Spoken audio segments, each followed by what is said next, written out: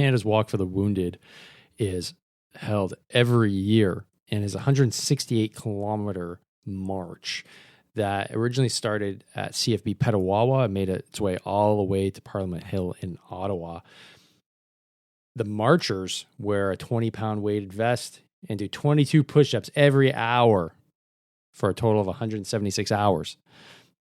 Today on the podcast, I have two of the co-founders of the Walk for the Wounded here in Canada, and we're chatting about its origin story and why it's so important to have veteran-specific events just like this one to help bring the community together and heal.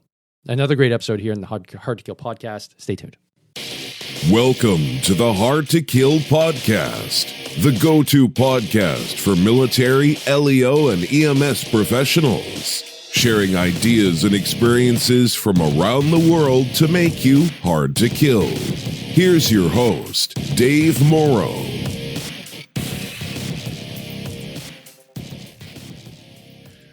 Welcome, folks, to another episode of the Hard to Kill podcast. Today, I am chatting with Dylan and Scott, co-founders of the Walk for the Wounded. This episode is going to be about their charity and what they're doing for the veteran community. So, Dylan, Scott, welcome aboard, man. Welcome to the podcast. I guess, Dylan, we'll start with you, man. We'll get right into it. What brought you to the podcast and what's the Walk for the Wounded all about, man? Absolutely. Well, thanks for having me, and thanks for having both of us and for the time. What brought me, obviously, the podcast it's that kind of that branch between, obviously, our approach with the organization, and we'll get into it, is a lot of branching, like the physical health and the mental health components and how they coexist. So obviously, the work you're doing and the space you hold, it kind of sends that same message across. And then, getting into with the organization itself. So Walk for the Wounded we're a nonprofit organization that is a charitable partner with Wounded Warriors.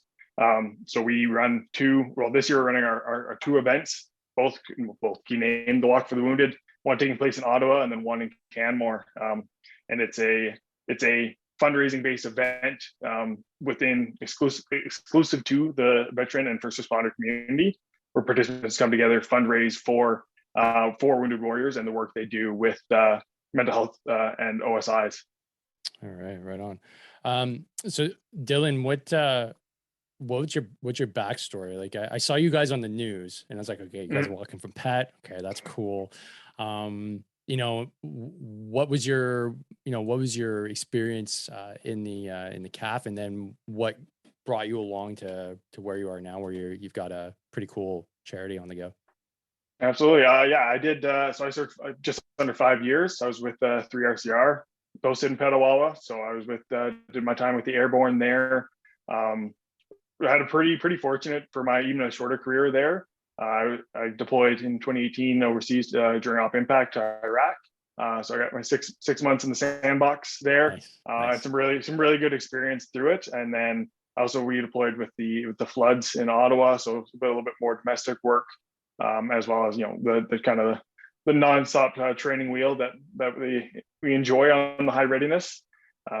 And then, so as my career went on, I sustained a couple of pretty good injuries. I broke my back in 2016, and then towards the end, 2019, my knee went on me. So I started looking, kind of beyond the job, kind of knowing that, all right, I got these couple of critical injuries that are going to be with me for a while, and looking beyond, life after service. That was kind of the next big chapter. Lo and behold, COVID hit. Kind of in that space, I was looking at getting out.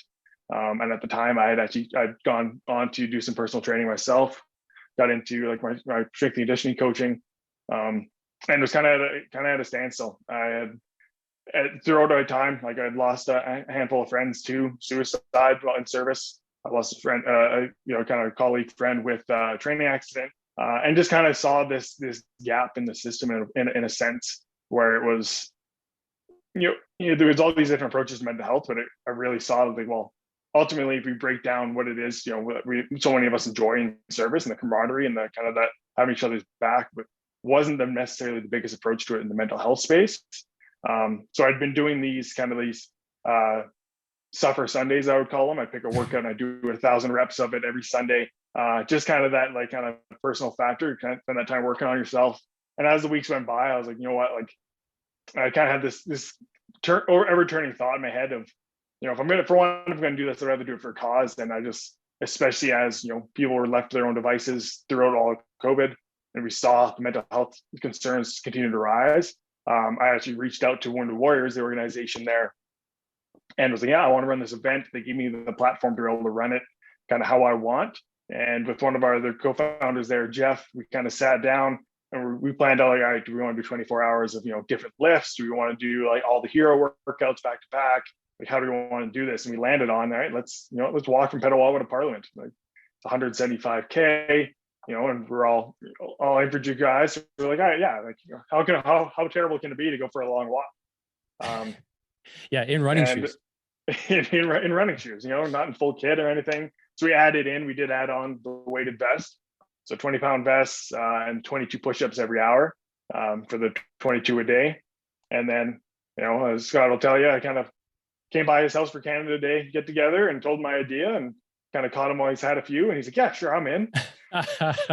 So, that's the best time to propose anything, right? Oh, hey, exactly. You a few beers in, bro? Yeah. Oh, man. Okay, I got this idea. Yeah, exactly. And then, one thing kind of led to the next. In the first year, we had 4 of us. Say that again, Scott. I said I feel kind of taken advantage of. He knew that I was going to be drinking, and he came by and asked me that. Right on, nice.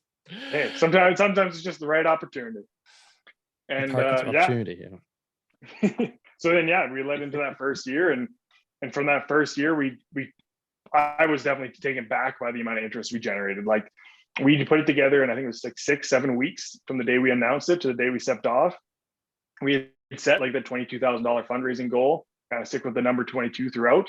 But yeah, by the time it was all said and done, and we settled after the event around $36,000 raised. We had, coverage from multiple news outlets. We got we had front newspaper coverage in Ottawa, and just the outpouring from the community, from like high ranks to low ranks, was really, for me, kind of hit to the core. Is like, this is people are ready for this, and it's well received, and it's obviously we're hitting the right market.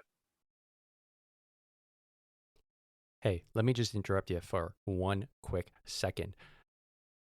I want you to be able to help as many human beings as possible, just like I'm doing here with the podcast.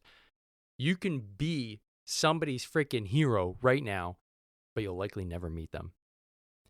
If you head to the review section of your podcast app, hopefully that's Apple Podcasts, go to the section, scroll down, go to leave a review, and rate the podcast, leave a review, and let the power of the internet do the rest of the work for you. This is the way that other people can make the decision whether or not they want to listen in, get fitter, get healthier, and become harder to kill, just like you. So do your good deed for the day. Feel good about yourself that you're helping somebody that you may never know. You may literally change somebody's life just by doing this, man. It's huge. But it's so virtuous because you don't even know who that person's going to be.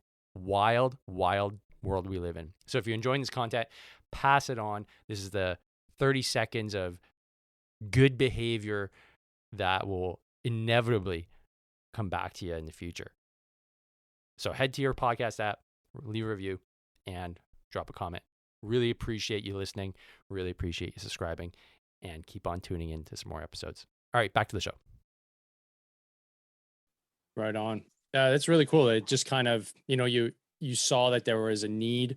You also knew you were already doing something, and something needed to be done. So organically, it turned into what you have now, which is a really impressive charity that's able to generate a lot of donations for Wounded Warriors Canada. So that's pretty noble. I want to touch base once I talk to Scott about the Suffer Sundays and what that consists of, because I think not only myself, but those that are listening will probably want to know what that sounds like. I already got a taste of what you just said there, just daisy chaining kind of hero watts together, which always is a surefire way to increase the suffering. So Scott, so you got used and abused. You got taken advantage of, and now you're a co-founding member of the Walk for the Wounded. I guess that'll teach you to drink beers, right? Yeah, I guess so. It hasn't stopped me, but you think I'd learned my lesson. But yeah, like I went to battle school with Pace, with Dylan in Meaford, and he ended up going to 3, and then I went to 2 RCR. So I was a mech guy. So walking from Pet to Ottawa definitely threw me for a loop, because I was, the whole time I was sitting there, I'm like, where's my lav? But it was good. Like I did under 5 years, same as Dylan. I got out. I didn't kind of have the same injuries and stuff like that. I was just looking for something a little different. We were just in that kind of what Dylan touched on with this, the training wheels were always on and never moving kind of thing. I deployed in 2018 to Latvia, and that was more of just a training thing, like usual. But so yeah, I got out, and I was kind of at a loss of what to kind of do with my spare time, and I started to train for marathons. I was doing Murphs like all the time, and then I was at my in-laws house, and Dylan came over, and there I was, 3 sheets to the wind, and he mentions this walk, and obviously I'm going to say absolutely, let's do it. And we've kind of just hit the ground running from there. And it's the same thing where a lot of my sergeants and warrants like that, you could see them suffering, and there just wasn't a whole lot what seemed to help. Like there's this stuff on base and all that kind of stuff, but it seems like it's still kind of a hush topic in some ways. So we're just trying to change that fact and create this open platform where dudes can get together and just kind of endure something that sucks wholeheartedly and kind of have a moment with that. So it's been quite the experience, and I wouldn't change it for the world. I'd do it all over again. So yeah, it's been great. Right on. I love that concept of, the suffering, communal suffering, right, which is ingrained in us, right, especially in the infantry. That's what it literally, like, it bonds, I shouldn't say literally, but it's what bonds your section and your platoon. It's that joint suffering, that you're in it together. But then once you kind of lose that, you realize how valuable that was, because when you're in it, you're like, I hate this is awful, and then you realize the dynamic that it creates is strong. And anytime men and like a platoon are together, or like in any situation that they have to go through some struggle, they unite, right? And like, I'm sure you're like, obviously you guys are buddies still, and like, just like myself, I'm buddies with the guys I did QL2 and QL3 back in the day. In the early 2000s, they're still buddies of mine, and we'll still go hang out whenever we get a chance. So the overlying, I guess, concept now, if I understand correctly, is not only to raise awareness, but to also improve that like camaraderie amongst the military community by doing something that's hard, and in doing so establish the ability to start a conversation. Did I get that right about the kind of the fundamentals of the march? Yeah, no, I think you pretty well hit it on the head. I think it is that kind of twofold, and we do extend towards the military and first responder community. But obviously, because there's a lot of overlap, a lot of guys that get out, or girls get out, they go on where you look at for jobs, first responder community. So it's also full of the veteran community.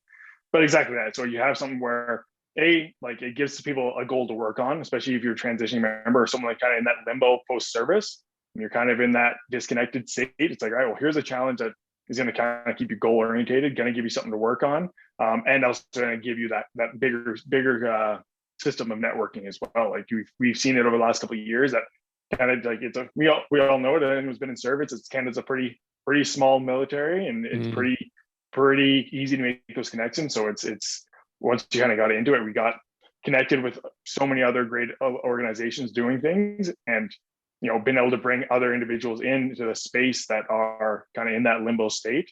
So yeah, taking on that's something to suffer on. And then as well, and it's part of the reason we keep it exclusive with military and first responders, is the conversations that, like, last year as our first team-based event, the conversations that were taking place on the walk was like, it was exactly what we were aiming at. You have people from all different kind of walks, different experiences, different units, and you're having conversations that you can tell aren't openly, like they may not have openly talked about before, or it's not really that conversation you'd have in front of people that hadn't been there.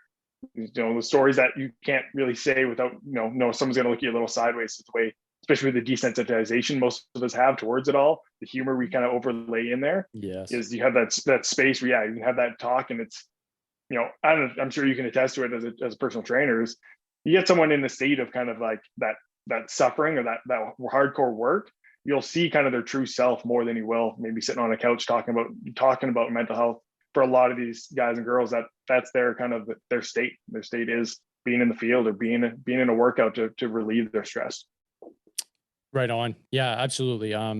There's I wish I could remember quotes. Like I can remember like random stuff from like 15 years ago, but like to remember a quote, I always have to paraphrase.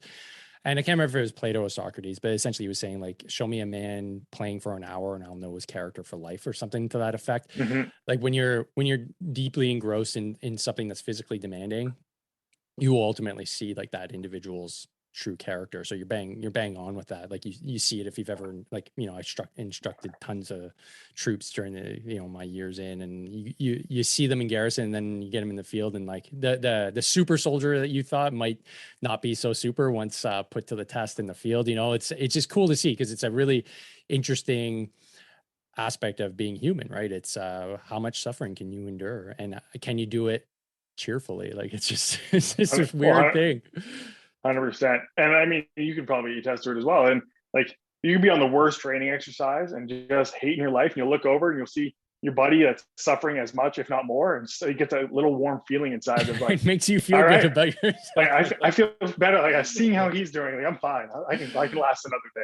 Yeah. And it's that we're all a little bit masochistic in that way. I think we all come out with it where it's, it's kind of that sense of, you take all these people that are kind of hard chargers and you put them out post service, and they're hammers without nails, just looking for something. Yeah. So we kind of give that something to chew on for a bit. Right on. Let me just clear up some of the details. So Scott, I'll throw this to you. Like one of the big questions that pops up in my head, like it's 175K. I believe the first go around, it took you 36 hours to complete. Are you guys okay? So it was a small, like I get, like it was a handful of you guys when you first started. So like, what did you do for shitters? What did you guys do for food? What did you guys do to sleep? Did you sleep? I want to know the details, Scott. Like, hit me with them, man. I've got a lot of questions. I need some answers. I'll touch on the shitter one later, because that's, I don't know if we're allowed to say what we did on the side of the highway. But for food, we had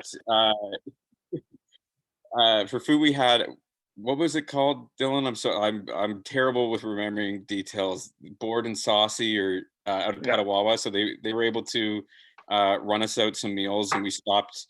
I think we try to kind of pace ourselves and kind of break in certain increments to get something to eat, or just when we were hungry. The truck, our safety vehicle, had a whole like canteen essentially in the back of it, where I was munching on like Jolly Ranchers to keep my sugars up, because it was like 35 degrees out during the middle of the day. And like 50-degree humidity, because it's Ontario.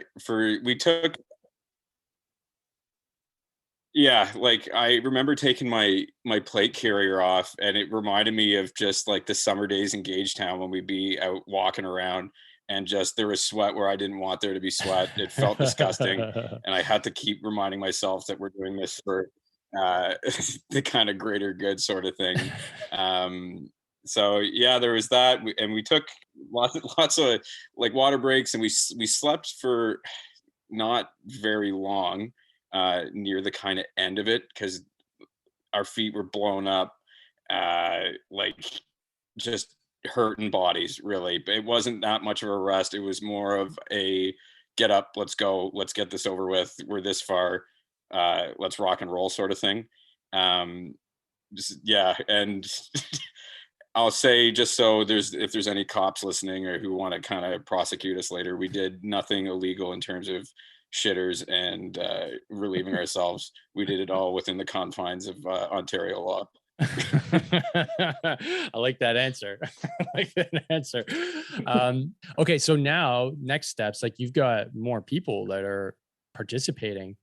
how is that looking logistically? Because now you've got clearly, like you've got an event, like it's the real deal.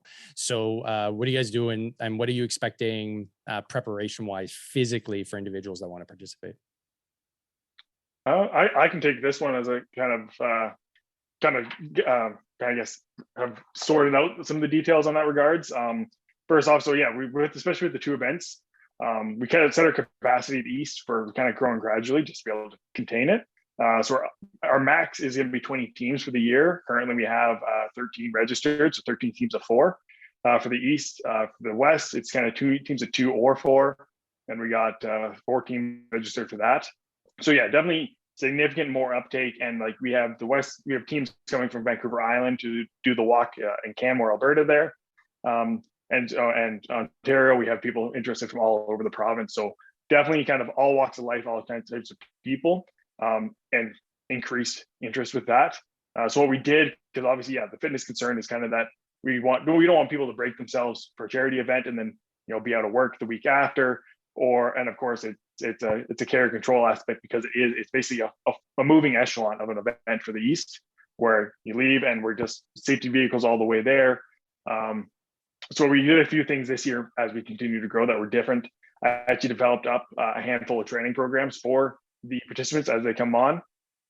So using software I do for my personal training, basically generate a handful of different varying skill levels and equipment necessary training programs, as well as a full walking kind of progression, where you should be at certain weeks out, so that people are holding themselves accountable and just kind of taking seriously how gruesome this walk can be. Like, I think a lot of people in here, it's just a walk. Like, it's not. They kind of ease off the gas pedal a bit. And the unanimous thing last year from our participants that did come out and join was that it was pretty consistently one of the hardest things they had done, doing the 42K with that weighted vest, with the push-ups. Like, they were, a lot of people admitted, like, I didn't take it seriously enough how gruesome this is on the body. So we put together kind of these workouts are going to suck, and they should suck, but this should be the level at which you're kind of pushing your body to be able to for this to be less hard on you. And then we're also the Eastern event, now that we are growing, rather than being down the highway and kind of the safety concerns with that as you get 20 people at a time walking down the road, as we've moved it on to the ATV and quad trails that run out that way. So we basically, with the exception of, I think, 8 kilometers, we have like a private trail for the whole route, so people can actually not walking on concrete, not kind of falling asleep walking into traffic, little care and control things that it's like, hey, it's fine for us to take some unnecessary risk for ourselves as we were developing it, but we got to take it seriously for these people coming out that are sacrificing their time and their days off to come out and do it. Right. Bang on. Yeah, because you're doing, I mean, like, if it's 36 hours, right, times 22 push-ups, so what you're doing, like, close to like 700 push-ups, right? Like, that's a substantial amount of volume just on the push-up side of things. And then the walking, like, it's like, oh yeah, and I gotta walk 175 kilometers. Oh, okay. Oh, and you got to throw on 20 pounds weighted vest. Oh, okay. One thing I'm not clear on, it's military veterans and members and first responders, right? That can do the walk. Did I get that right? Yeah, exactly. So it's it's anyone. So it's basically, it's the same demographic that Wounded Warriors helps. They provide programs and training for people in both the military and first responder communities. Okay, right on. I don't know if you guys are tracking, but there's Irreverent Warriors down in the States that I just got tuned into. They do something similar. They do walks all over, ruck marches all over the States, and it's for veterans. And I think it's a great idea. Because you mentioned it, right? It's having those conversations that if you're not in the club, the conversation is usually not the same, and it's harder to have that really dark humor type conversations that we all are able to have because we've done this stuff, like there's no judgment. That's what I like about it. And that's what I appreciate about what you guys are doing. There's that element of like, well, this is us, and we're helping out our own community. And we want to be good. We want to know that we're surrounded by our own people. I like that concept. So very novel approach. Okay. So I want to go back to the strength and conditioning side of things and your suffer Sundays. And Scott, I'll throw it to you after I touch base with Dylan. So Dylan, give me an example. What is a suffer Sunday, and how many reps and like how much pain are we looking at here? So summer Sunday, so it was a 1,000 reps each Sunday. So I pick a different workout each week. And it kind of started out of the blue. I was just kind of one of those things. I was frustrated with everything being closed down and COVID. So first day I kicked off, I did 1,000 tire flips for time. So I think it was like one of those, like a good size, like tractor tire, like I don't know the weight on them. So I did that first one, and I was like, okay, like that was terrible. What am I doing next? Like, what am I doing? Kamea, how long? Like, what's your PR on that? I think the tire flips, I want to say, were like an hour 20, something like that. So then I was like, yeah, it was terrible. All right, what am I doing next week? And at the time, I was doing more. I was doing some online training as a strength and conditioning coach, and kind of just kicking off into that space. Fitness is always like, it was my favorite pastime forever. So then I think over the 6 weeks, I did the tire flips. I did 1,000 deadlifts at 135 for time. I did push-ups, leg raises, lunges, and I think the last one I finished off with, I believe that's all of them, is I did 1,000 burpees for time to finish. And it was it's as bad as it sounds. Yeah, but I was just saying, like that weird feeling we were talking about earlier, where it was like, wow, that was absolutely horrible. Like, I can't wait to do it again. Like, I can't wait to do another one. Like, it's that weird masochistic reward system we all have kind of ingrained into us. Yeah, it's hardwired into our like amygdala, or like hive brain, right? That reptilian brain goes, I like this. Yeah. Yeah. Okay. Those are dirty. Those are super dirty, man. Just, oh my God.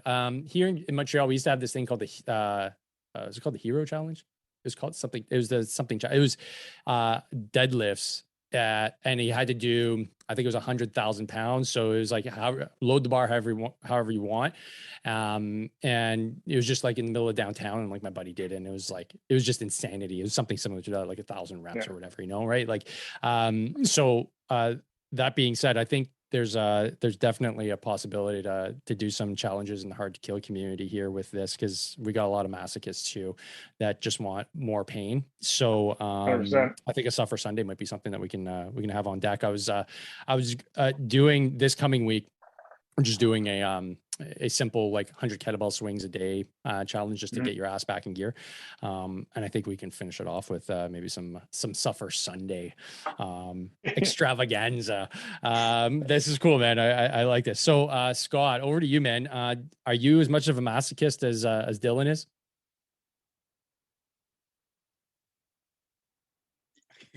Not, he's something else, really. Like, it's yeah, I'm getting that impression. He like I kind of have my own versions of these things. Like, I'm kind of back into a traditional split working out, where I'm doing like push pull legs kind of thing.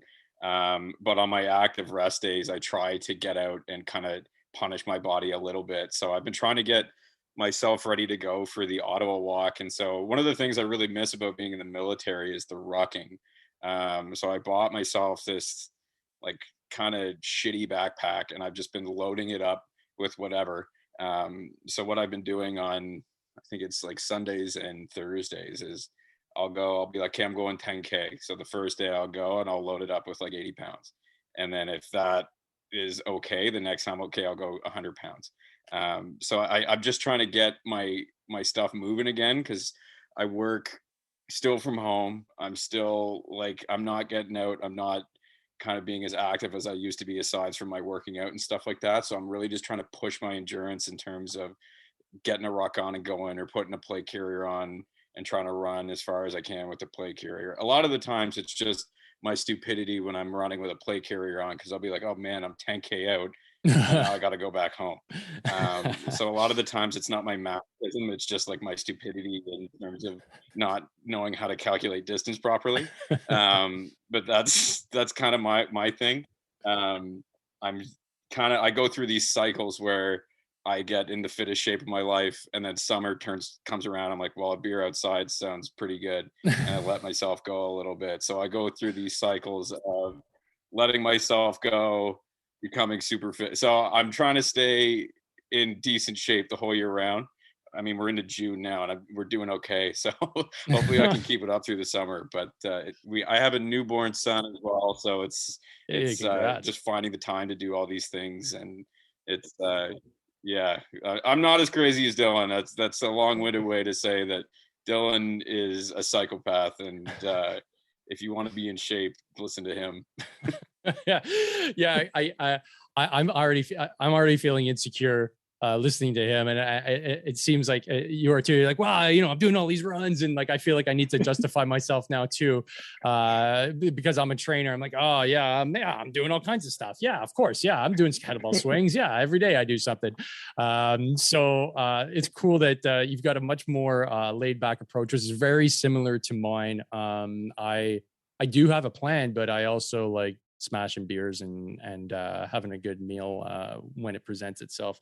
And I got I shouldn't say a sweet spot, but a soft spot for anything potato related. And I blame that on my Irish ancestry. So if there's chips or fries or anything in my like vicinity, they're gone. They're going downrange. So very cool. No doubt that obviously you guys are fit machines. And Scott, you did mention marathons and stuff before. Just curious if you've done any, and if not, are you planning any?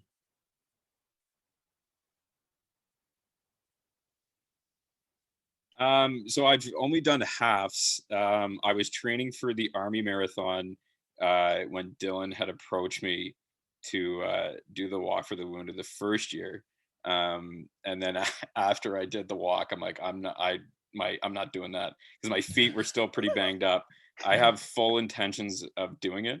I've been trying to get back into running, but it's kind of a slow pace right now. Like it's my pace for running isn't what I want it to be. So it's just more of I'm going through the process of getting my stamina and my legs up to where it was when I was doing all that training. So it's more trying to work on like sprints and all those things to get adjusted to marathon pace and all those things. But I'm hoping to do, I don't know if the Army run is happening or how I don't think that in Ottawa they're doing an Army run this year just based on lack of volunteership, because usually it's put on by the military, and I don't think the CAF has the personnel to help put it on. Right. So I'm looking to do that right now. I'm just kind of going for 10Ks, that kind of thing.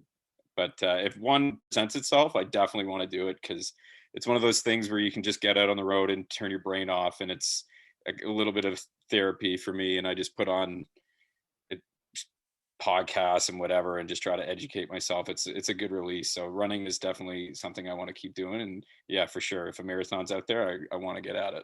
Right on. Everything that you're doing, considering that you're a new dad, that's commendable, because having been down that road twice, oh man, it's just a bag drive from start to finish. It's like being on a final X with no end in sight. It's just like going and going and going, sleep depth, you name it. So getting into workouts is just like, more power to you. Especially if you're trying to bite off, like a marathon or even a half marathon, while being a new dad. Like, good on you, especially because we get super chubby. Can't help it. You put on that dad mass, that dad bod just overtakes, man. There's nothing you can do about it. It's just nature. So that's how I justified it to myself. So now that I'm kind of in the clear, my kids are a little bit older, it's time to work it off. But guys, I want to know how to get involved. But on top of that, I'm sure those that are listening want to know how to get involved, but how to donate and where to find you on social media. 100%. So yeah, the biggest thing right now, like we're still in like a registration phase as well. So if there's anyone listening that is from, like you said, from the military first responder communities, up until July 1st, the registration is going to be open. But both that for the registration and the link to our donation page can be found on our website. So walkforthewounded.ca. If you're looking to register, click on upcoming events. It'll have all the details for both events. what kind of the prerequisites are, what the event layout is going to be for each, and then donation page, it's actually run through, right? So all funds go straight to Wounded Warriors, kind of set up. So then that way Wounded Warriors is able to issue tax receipts. So all donations can be done, get your tax write-off for that for the year. And the nice thing is, so money goes right to the cause. So we don't have to touch or hold anything. It's all done through their national level charity platform there. And that way funds are hitting the ground running, especially now that with COVID, the restrictions ending and they're able to run more programs. I know they're really hitting the ground running and talking with the directors that kind of catching up for those 2 years. So the more support we can get their way, the more ultimately people are getting helped with it. And then we usually try to keep people updated kind of on what's going on with our social media.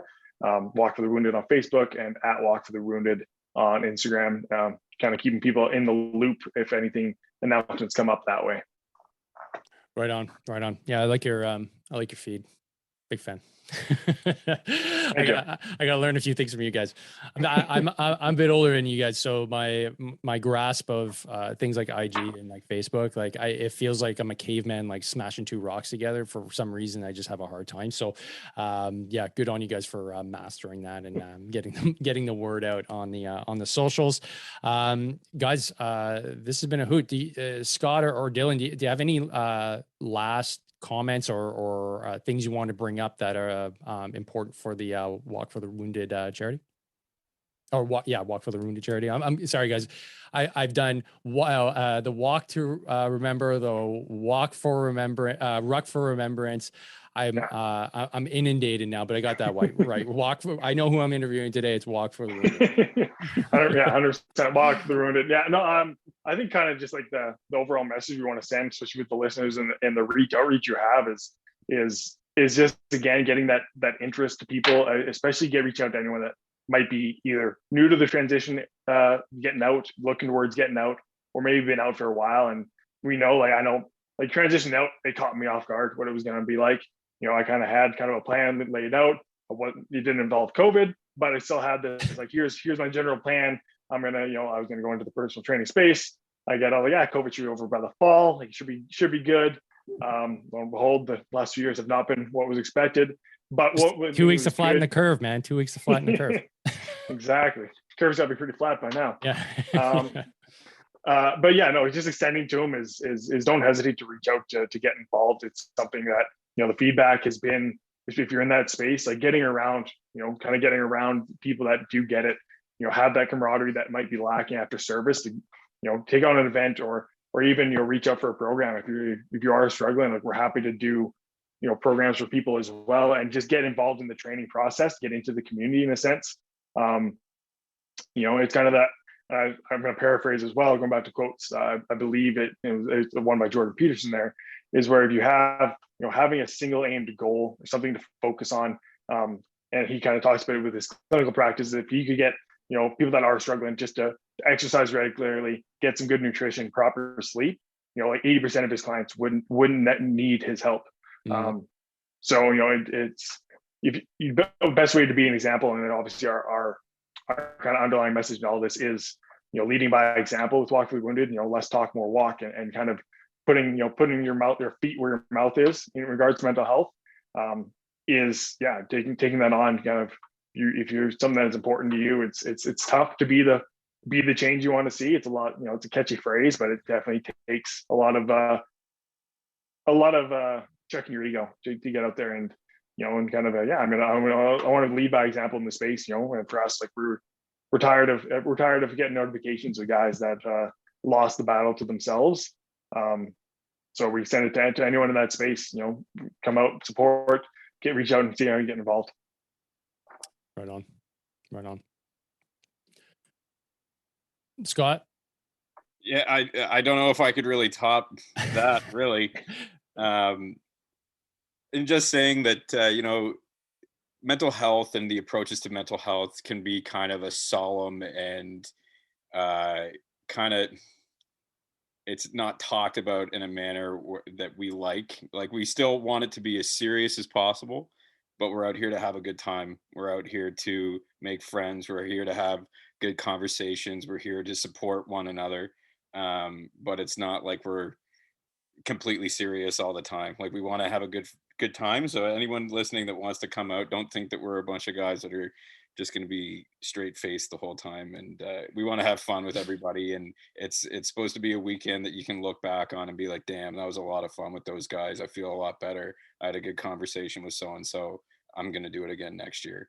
Like we want to kind of create this open, kind of happy space. And I don't know if you can tell from just how I've been on the podcast, it's just how we are in general. We're kind of goose and we like to have a good time. So yeah, like, more than welcome anyone that wants to come out, and I appreciate you having us on. It's a good place that we can kind of raise what we want to raise, and it's yeah, it's been great. Awesome. I love what both you guys just said there, the more walk, or is it less talk, more walk, or more walk, less talk? Putting yourself into your body and out of your mind, and not out of your mind, into your body and out of your head. Sorry. 100%. Which, yeah, I mean, like that, like you said, like there's a lot of things that can be remedied through physical activity. And then on top of that, like you're saying, Scott, like, mental health and everything, I at least, and from my perspective as well, like we always, I mean, by we, I mean like society, like here in Canada, it's always approached from this like solemn aspect where you have, like suicides and depression, and I agree, like obviously that is the side effects, but ultimately, like for me anyways, and it seems like for you as well, like that approach doesn't really resonate. Like that's not how I approach it. I approach it from a very like dark humor type thing, because that's how I learned how to cope with it. And so it's cool to have a place where you can have those, dark conversations and humor, which allows you to heal, which is part of what we need to do more of, especially when we're out, because I can't have these conversations with my wife. She'll freak out. I can't have them with my buddies that weren't military because they'll freak out.